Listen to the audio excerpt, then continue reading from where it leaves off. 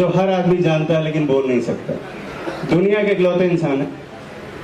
इस दिन के बारे में कुछ नहीं कहूँगा क्योंकि ये इतनी बड़ी शख्सियत है अपने आप में।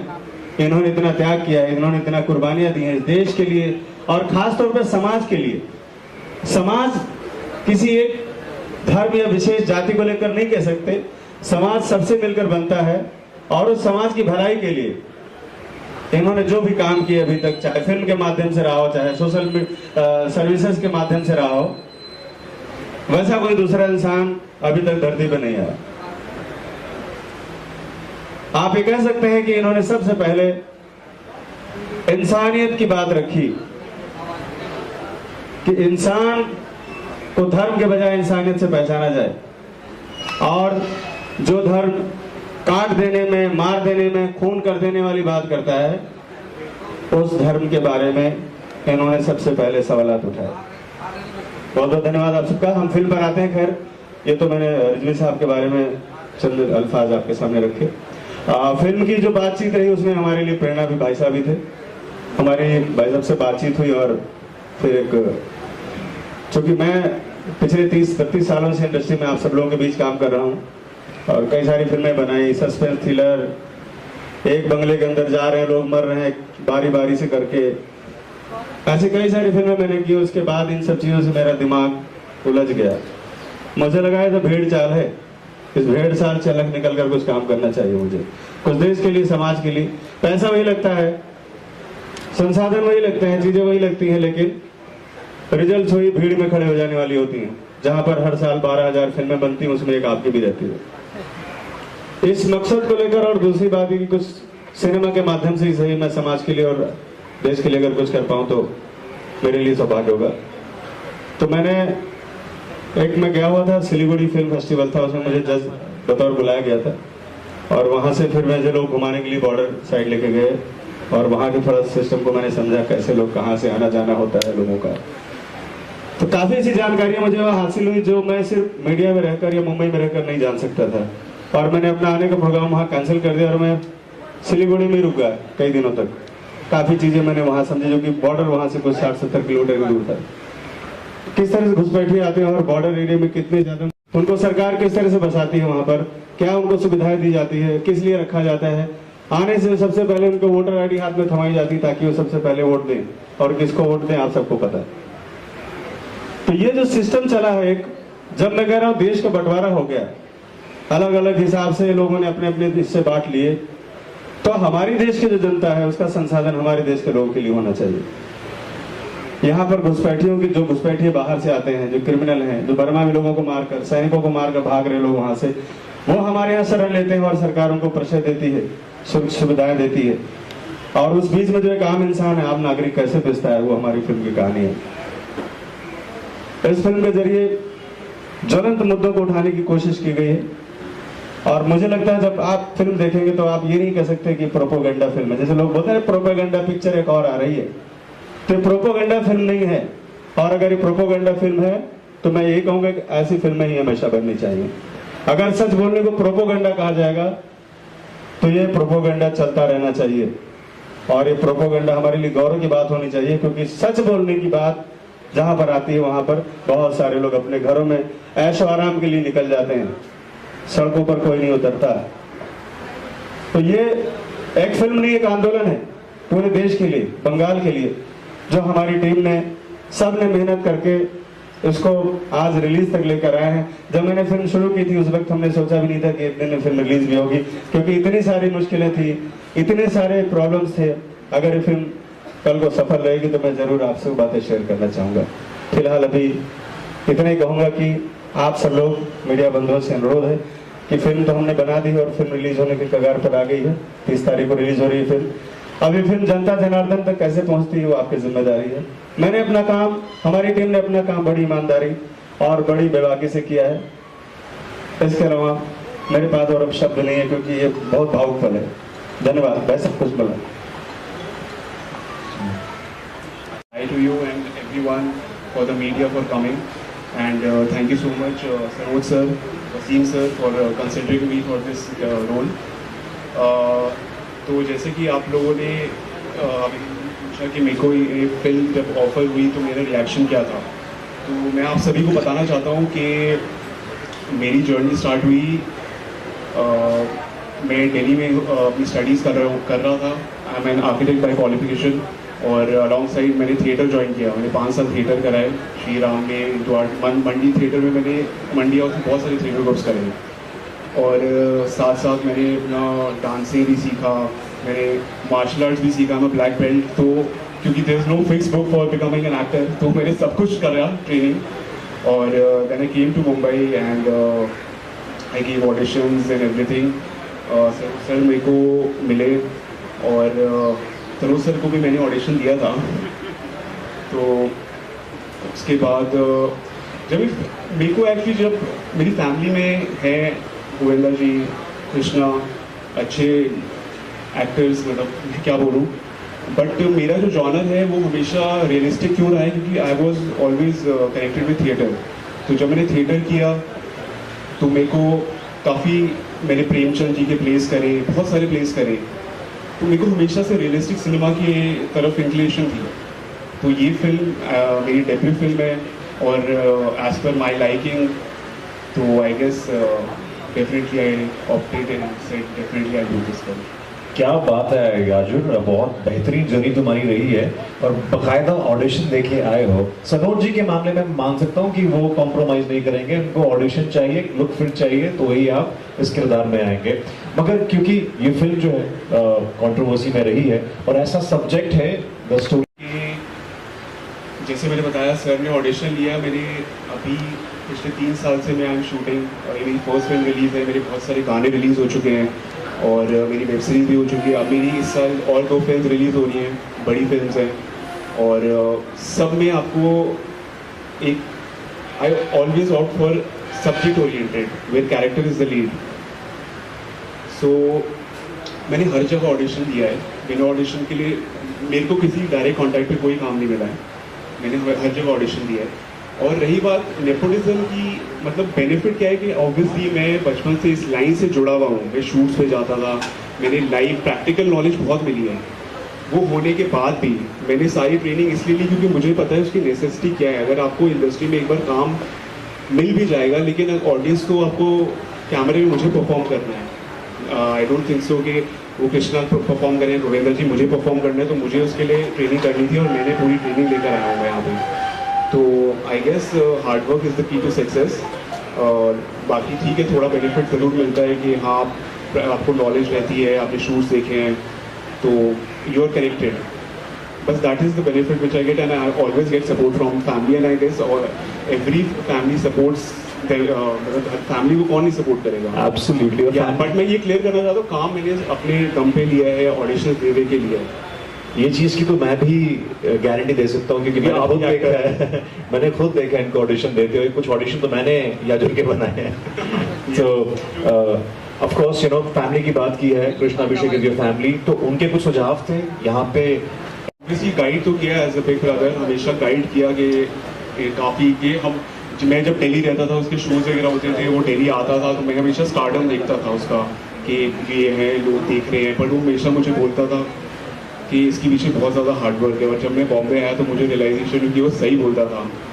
तो गाइडेंस हमेशा अच्छी मिली है कि work hard, work on your acting skills, on your self, and that is it.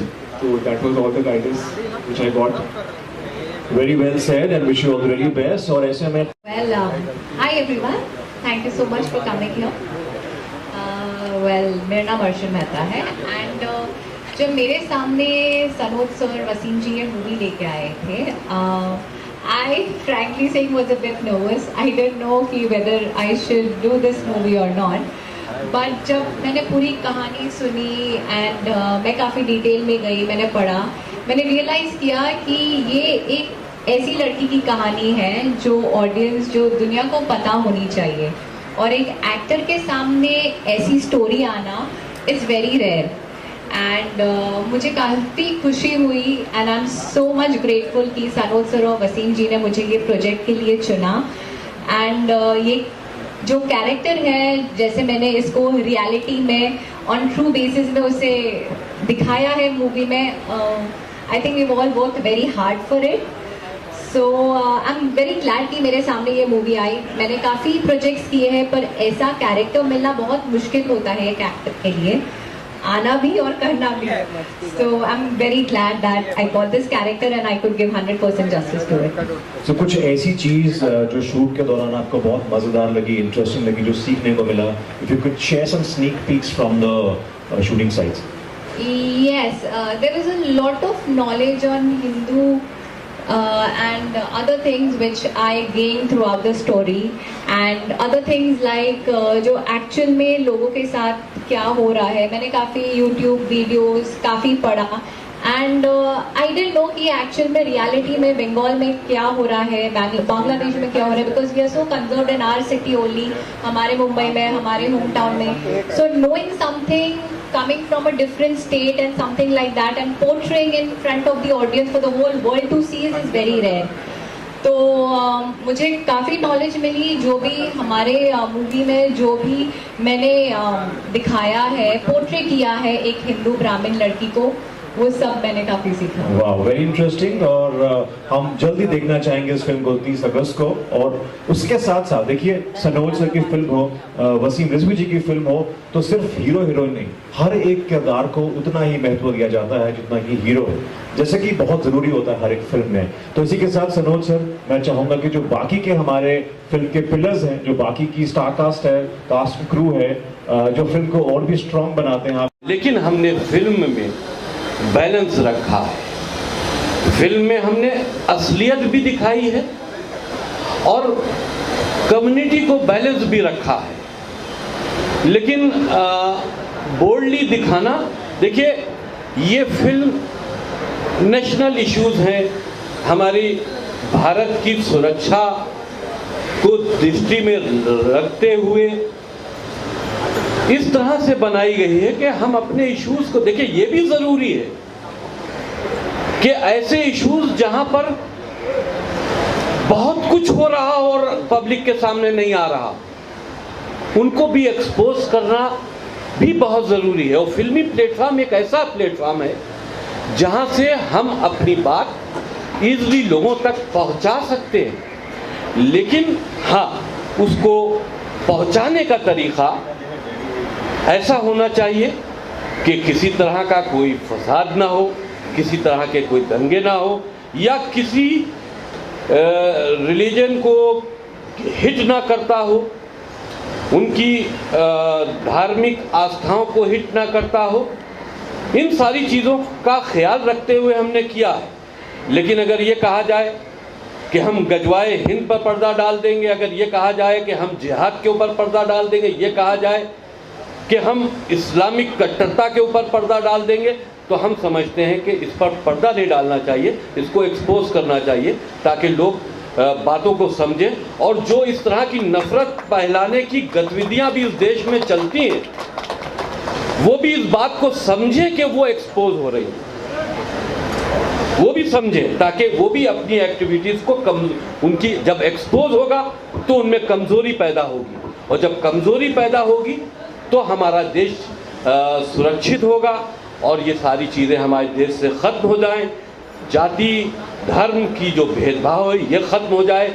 देश में सब एक साथ और सुकून के साथ रहना चाहते हैं, लेकिन फैलती हुई नफ़रतों को एक्सपोज करना भी ज़रूरी है. हर इंसान का एक अपना नज़रिया होता है, आपका एक अपना नज़रिया है.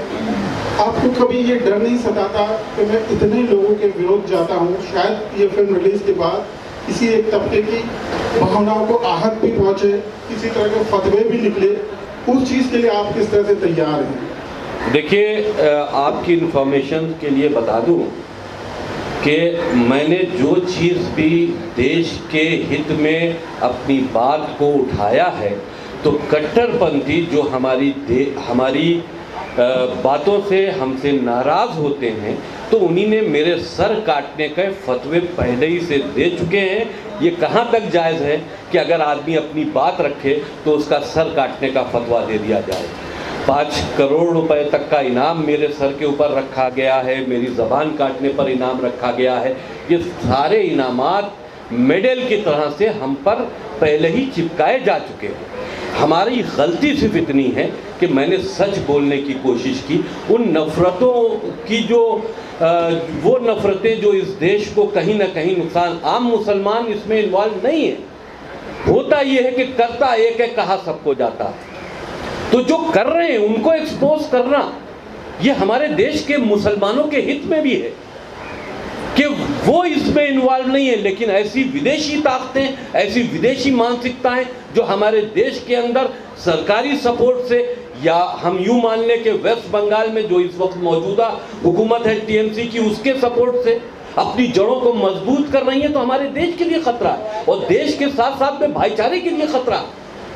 तो इस चीज़ को अगर इसके लिए हमको और भी कोई खमियाजा भुगतना पड़े, मेरी जान भी चली जाए, तो मैं इस संघर्ष में, मेरा संघर्ष जारी है, मैं उससे पीछे नहीं हटता। हेलो, मेरा प्रश्न सनोज जी से है। सर, पहली बात तो आपका बहुत शुक्रिया कि आपने ऐसे पिक्चर बनाई और ये एक रियली आई ओपनिंग है हम सब हिंदुस्तानियों के लिए। तो मेरा ये सवाल था कि आप इस जब भी मूवी आपने कहा था कि आप रुक गए थे थोड़े दिन वहाँ पर, पूरा हर चीज़ का आपने मुआवजा किया, और कहीं तो ऐसा होगा कि वहीं पर वहाँ पर भी आपको डर भी लगा रहेगा जब इन्वेस्टिगेशन करते हो तो लोगों को पता चलता है ना आप किस मकसद से उसको।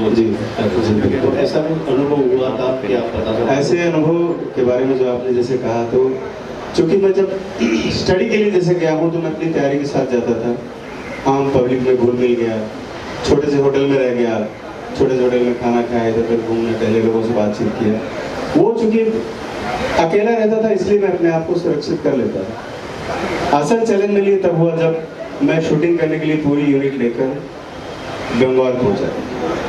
वो ज़्यादा चैलेंजिंग था क्योंकि वेस्ट बंगाल पहले से ही FIR दर्ज कर चुकी थी हम लोगों के ऊपर और फिल्म बगैर बंगाल के पूरी नहीं हो सकती थी। उस फिल्म को उस हालात में पूरी करना जहाँ पर आपकी 100% आबादी बांग्लादेशी लोगों से भरी हुई हो, वहाँ पर शूटिंग करना ये बहुत बड़ा चैलेंज था। और ये इस पर बड़ी अच्छी फिल्म बन सकती है, सस्पेंस थ्रिलर, कि किस तरह से हम लोगों ने वहाँ पर और कैसे कैसे हमारे कलाकारों ने डेयरिंग के साथ जो हम प्लानिंग करते थे रात में होटल में, उसके बाद अगले दिन उसको एग्जीक्यूट किया जाता था।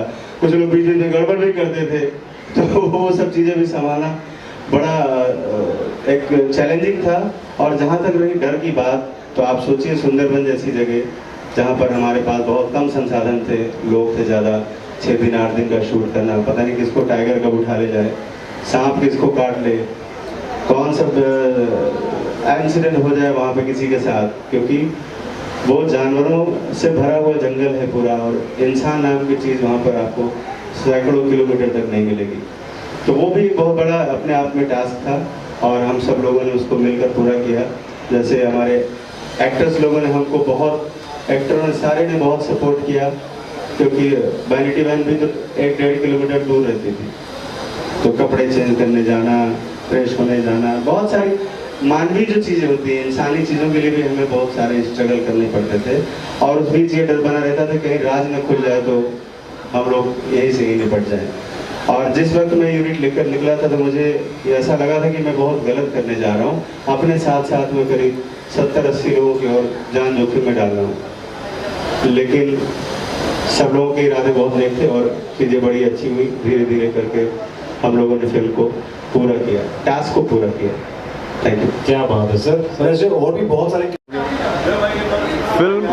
फिल्म के मिलने का जहाँ तक सवाल है, तो सनोज मिश्रा जो डायरेक्टर हैं वो मुझे कई सालों से जानते थे और हम लोग कोशिश कर रहे थे कि एक साथ काम करें। तो इसमें ये चीज़ बनी और हमने साथ में काम किया। ही फाइंड आउट मी, उन्होंने ढूंढा मुझे और मुझे बुला के रोल दिया। तो this is about my character, about the film. और फिल्म के साथ जो भी घटनाएं सारी उन्होंने ऑलरेडी बता दिया, तो हमारे लिए कुछ बचा नहीं बताने के लिए। हाँ, ऑलरेडी इतना बड़ा स्टेटमेंट हो चुके हैं। तो अगर कुछ और क्वेश्चन आप पूछना चाहें तो हम जवाब देंगे आपको। अल्फिया। मेरा नाम अल्फिया शेख है, मैं बॉम्बे से ही हूँ और इस फिल्म में मेरा कैरेक्टर नेम है रोज़ा। मैं एक रोज़ा का कैरेक्टर प्ले कर रही हूँ और ये कैरेक्टर बहुत ही अमेजिंग है, मतलब अमेजिंग इन द सेंस कि ये जो रोज़ा का कैरेक्टर है, जो लड़की है, she is a Muslim character.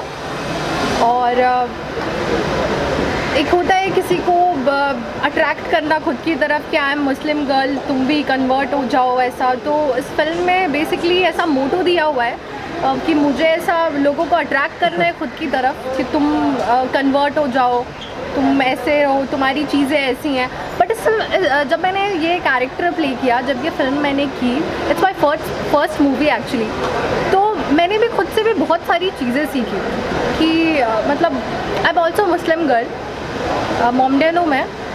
But जब मैंने मूवी करी तो मुझे भी बहुत सारी चीज़ें सीखने को मिली इस चीज़ कि कैसे सारी चीज़ें होती हैं। और मैं मतलब उस फिल्म में मेरा एक कैरेक्टर है, एक सीक्वेंस है कि उसमें मैं कन्वर्ट करते करते लोगों को मैं खुद ही अट्रैक्ट होने लगी।